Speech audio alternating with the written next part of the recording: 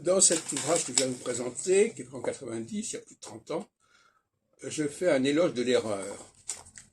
Et l'erreur était devenue pour moi à l'époque un sujet de thèse, puisque j'avais fait un mémoire avec Jean Calvé à Paris 5 sur l'erreur populaire, etc. Linguistique de l'erreur, je ne sais plus très bien. Et donc, pour moi, il s'agit toujours de découvrir l'erreur.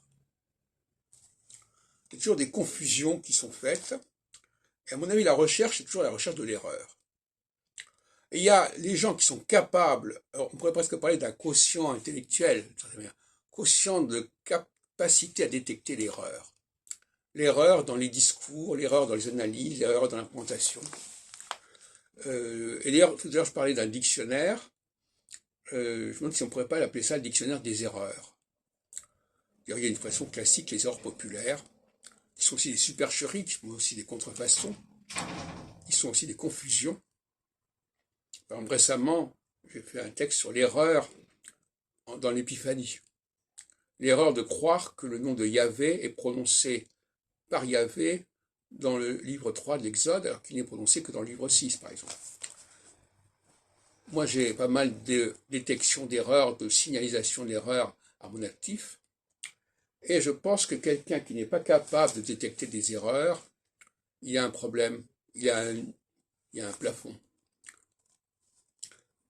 Détecter l'erreur, c'est déjà établir la norme, connaître une norme, soit la norme existante, soit une nouvelle norme que vous mettez en évidence, qui va donc faire apparaître des erreurs. Par exemple, les erreurs au niveau de la langue, j'ai beaucoup travaillé là-dessus.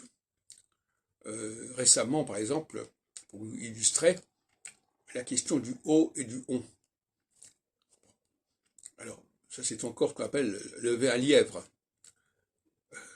En français, on n'a pas le O comme marqueur de genre, mais on a le on. Son, mon, ton. Bon. Alors que dans les autres langues, on a le mo, mio, suo. Voilà. On a le O et en français, on a le on. Et alors, je faisais remarquer, par exemple, qu'on a aussi le non en français. On dit non, et dans d'autres langues latines, on dit no. Mais en italien, c'est plus compliqué parce qu'on souvent on dit non è vero.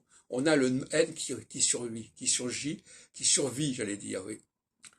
Et donc voilà un exemple de chemin à suivre parmi 100 autres. On t'aperçoit tout d'un coup, c'est ce qu'on appellerait le eureka, mais dans un chien, il y a une erreur, il y a quelque chose qui ne colle pas là. Ou bien exactement,